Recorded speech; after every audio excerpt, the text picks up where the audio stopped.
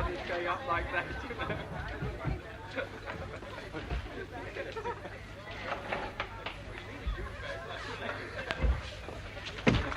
Hey, Alberto. Huh? Jacopo. Look, I'm looking for my friend. Have you seen him? Huh? He looks like John the Baptist. Come on, Jacopo.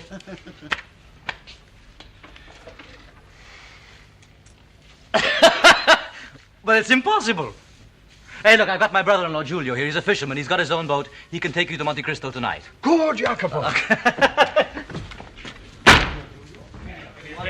wants to go there alone because it's...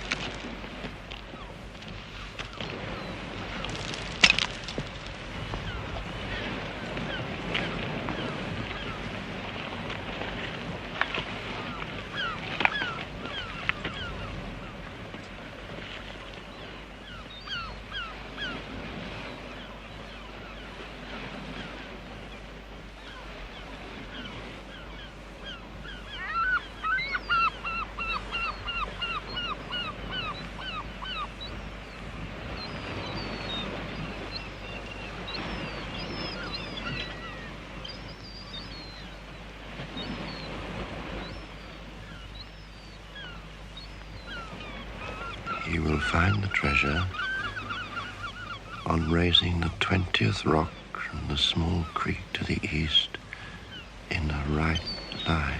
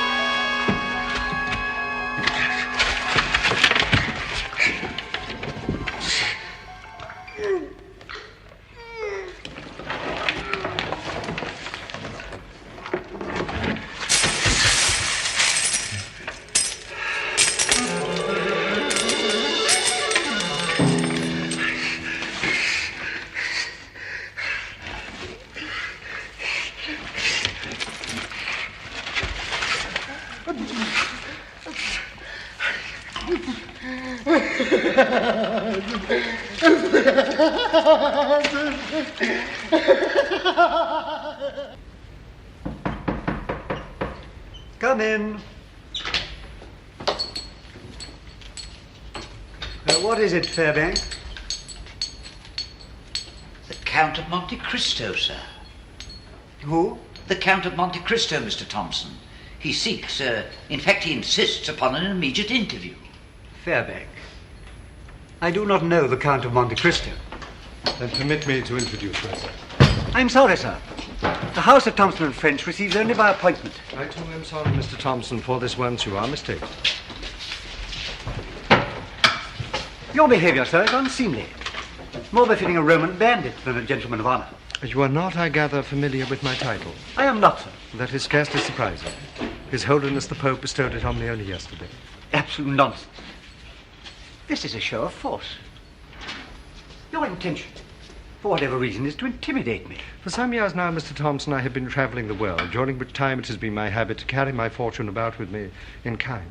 In kind? Yes. And never until this moment have I thought myself in danger of losing it. Last night, your Roman bandits attempted to rob me, quite unsuccessfully. And I'm here to ask the Bank of Thompson and French to protect my fortune. Oh, very well. For the moment, I apologize. I see that we shall get on extremely well, Mr. Thompson. Your fortune is contained in those 3 boxes. Yes, it is. I would like you to evaluate it. Well, let us see what you have.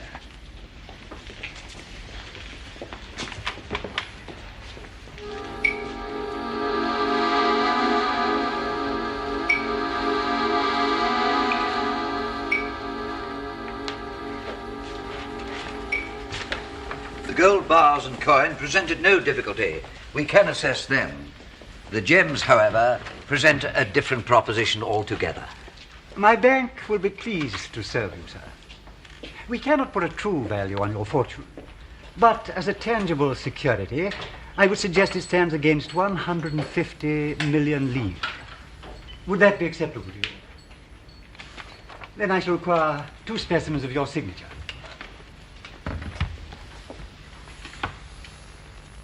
Thank you. I am now ready to oblige you, sir, in any way you may require. I would first discharge 2 debts. You will send to Captain Baldi and the crew of La Jeune Amélie at Legon the sum of 100,000 piastres. This is their reward for saving my life. It shall be done. Good. To discharge the second of my debts, I shall require information which you may be able to supply. Some years ago, you were in charge of the bank at Marseille. I was? And you knew Monsieur Morel of the shipping firm. Extremely well. Do you recall an incident when a young man named Dantes, whom Monsieur Morel had promoted captain of the Pharaon, was arrested as a Bonapartist agent? Yes, the incident caused Monsieur Morel great distress. As I am an Englishman, he was able to discuss the matter with me. He was all along convinced of Dante's innocence. Did he do more than discuss it? My dear sir, you cannot be well acquainted with Monsieur Morel.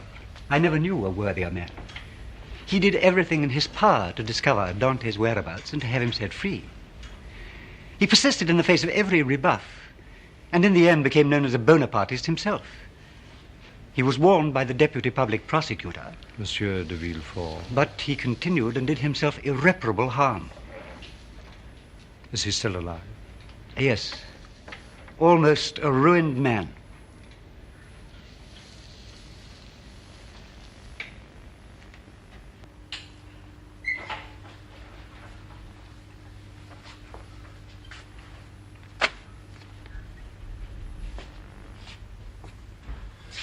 There's my file in the office. Yes, monsieur. Father?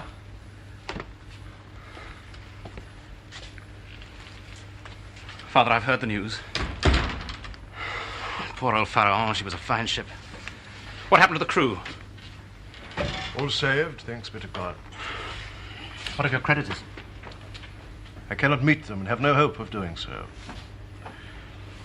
In half an hour, when the news gets out, our name will be dishonored. Father. Blood, my son, washes out dishonor.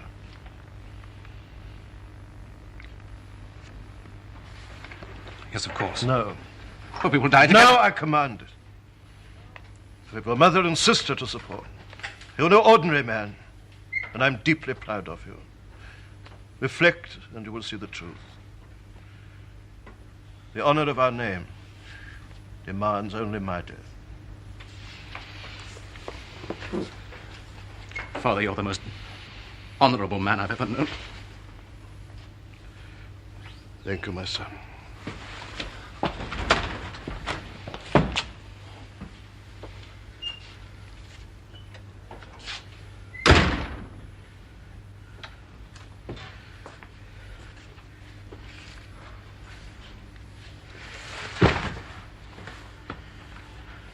Save him, monsieur. Don't let him do it. There's no other way for him, Coquelet. I loved him like my own father. We all loved him.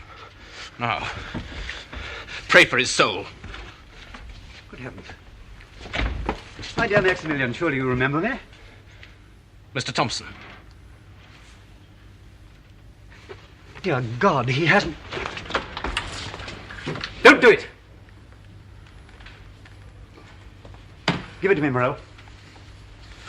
Give it to me. There's a good fellow.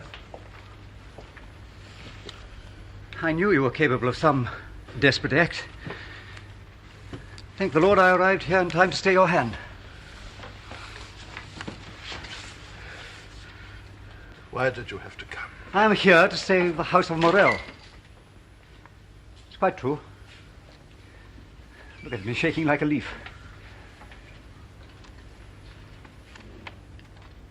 I don't understand. You have there a letter of credit in your favor for 1 million livres. 1 million? Here, Father, let me see. But, Mr. Thompson, you know as well as I do, no one would guarantee the house of Morel. Possibly, but that letter is not a guarantee. Well, what is it, then? It's an outright gift to your father of 1 million livres. You mean to say this letter is valid? Perfectly valid. You have a benefactor who is also a customer of my bank. It's like a miracle.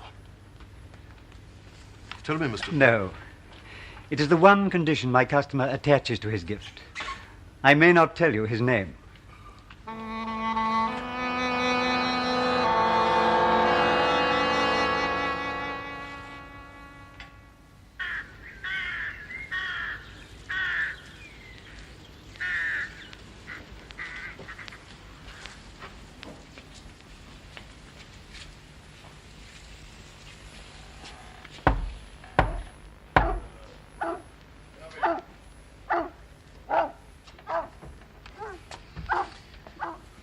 Welcome, sir. No doubt a glass of wine on such a hot day. Ah, 1,000 pardons, Your Reverence. You are, I presume, Gaspard Caderousse? Your Reverence is quite correct. I am Gaspard Caderousse. Formerly a tailor of Marseille. Oh, yes. Bring me a bottle of your best wine, with 2 glasses.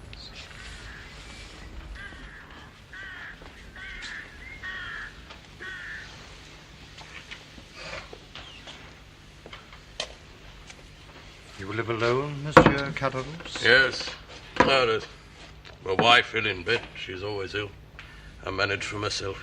I'm very sorry to hear it. However, I must first be certain that you are the person that I'm searching for. Sit down. Did you, in the year 1814 to 1815, know anything of a young sailor named Edmond Dantes? Oh, oh, yes. Edmond and I were intimate friends. What's become of him? Was he alive and at liberty? He died, a wretched, heartbroken prisoner. Ah, poor Edmund. Poor lad. Of what did he die? Of what you suppose young men die in prison? You knew Edmund, then? I was called to his deathbed. Well, the strangest part of his story was that even in his dying moments, Dantes swore by the living Christ that he did not know the cause of his imprisonment. Yeah, that's true. That's all true. He could not have known. But if you know anything of the circumstances of his arrest, I should be glad to know it. For he begged me to search out the facts, and if possible to clear his name. Well, there's much I could tell you, Reverence.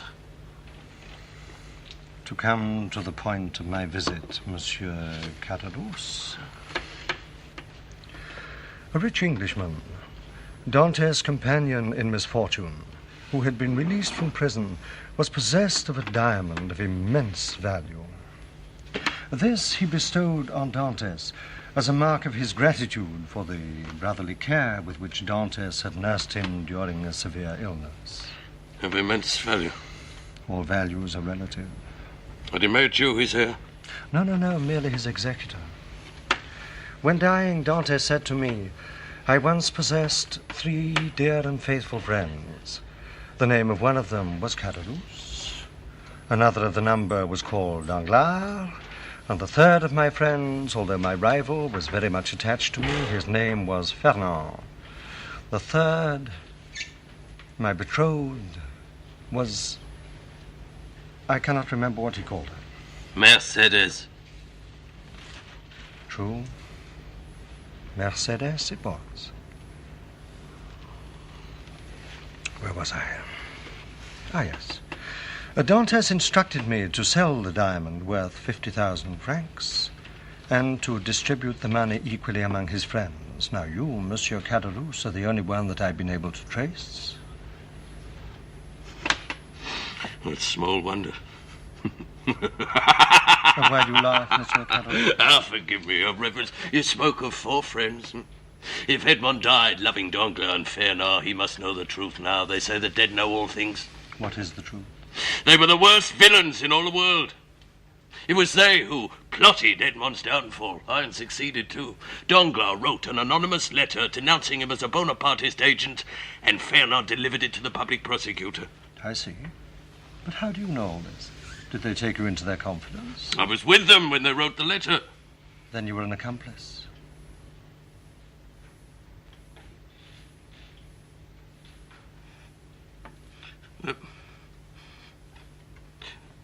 They'd made me drunk. I'd lost all perception. And so you said nothing? No. And I swear before God I've never forgiven myself. To be a coward is not to be a criminal. To accuse yourself thus deserves pardon. I pray Your Reverence is right, for God has punished me enough for my sin. I was a modest man, but a good tailor. My business failed, and I've lived in poverty ever since. But if you have suffered thus, and no doubt the 2 real villains have paid for their crimes in much worse fashion. Fernand Danglars. Yes, what has become of them? No doubt Your Reverence will know more about divine justice than I. Oh, I know what's become of them. A dreadful fate indeed. Danglars is a Paris banker, one of the richest men in France. You amaze me. And how did he achieve this eminence? He was always shrewd in matters of money. When the war came with Spain, he speculated he ended up a millionaire. The ways of Providence are strange. But Danglars was a man of some education, and Fernand was just a simple fisherman. I mean, he cannot have prospered in the same fashion. You think so? Let me tell you this. Your simple fisherman made a great career for himself in the army. He fought in Spain for that to make him a colonel. Later he went to Greece, where he joined the ranks of Ali Pasha as instructor general. Ali Pasha was killed. And by what means I know not. Fernand gathered together a fortune almost as large as that of Danglars. For his services, the king made him Comte de Morcerf. Destiny. And Mercedes, has she made a fortune also? Mercedes is at this moment one of the greatest ladies in France. Go on. She lives in Paris with her husband and son. Husband? Oh, I'd not told you all. Mercedes married Fernand. Here, your reverence. Poor girl, she was all alone in the world. When Fernand returned from the army, they were married at the church of Acul. Same church. Different bridegroom. Frailty, thy name is woman. Hey, Cararus. There he goes! We're going now. Oh! Slip him up. Come on, up. Save me! You better stand aside, Father. He's a dangerous man. What is his crime? When he gets to Marseille, he'll get what he deserves. Of what has he been accused? He was planning murder. He admitted it. But he has not committed it. He'd have done it all right if we hadn't seized him. He was going through the streets shouting how he was going to Paris to do murder. I see. Right. And who was to be his victim? The Procureur du Roi at Versailles. That's right, Your Reverence. Monsieur de Villefort.